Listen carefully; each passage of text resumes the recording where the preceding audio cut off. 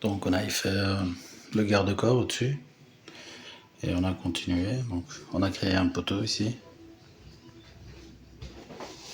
Sur les poteaux, il y en a 3. Il y en a 3. Et alors on les a mis, quand on mettait 3, ça faisait 12. On les a coupés à 12. Comme ça on a un cube presque parfait. Ensuite on a ici, à la défonceuse, on a rendu ça tout droit. Enfin, tout droit. On a fait un arrondi ici en fait, avec la défonceuse. Ouais, quelquefois il y a des petites traces ici. Suite au collage, mais bon, il y a eu collage et puis il y a eu vissage. Ces vis vont être fermées comme je vais montrer en dessous. Donc ici c'est des barres d'aluminium que j'ai été faire couper.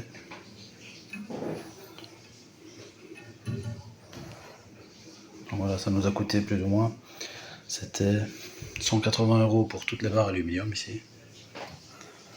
C'est que ceci, puis encore en bas, et plus ou moins 1000 € pour tout ce qui est donc, bois d'escalier.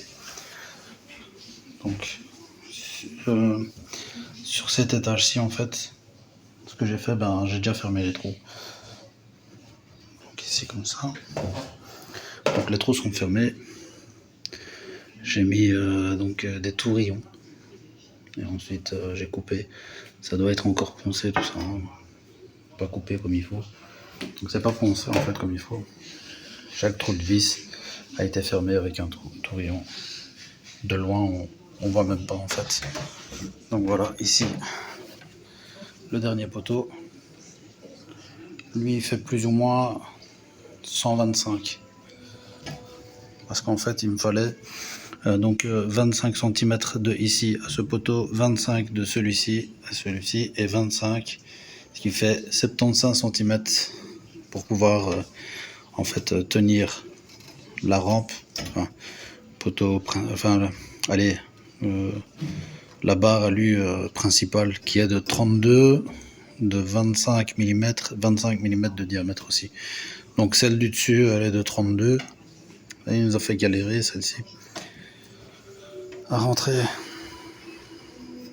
Donc tout ça je vais essayer de trouver, en fait j'essaierai de trouver une espèce de rosace en fait, une rosace, je sais pas comment on appelle ça, un truc qui pourrait masquer mais qui pourrait masquer en fait un angle ici comme ça.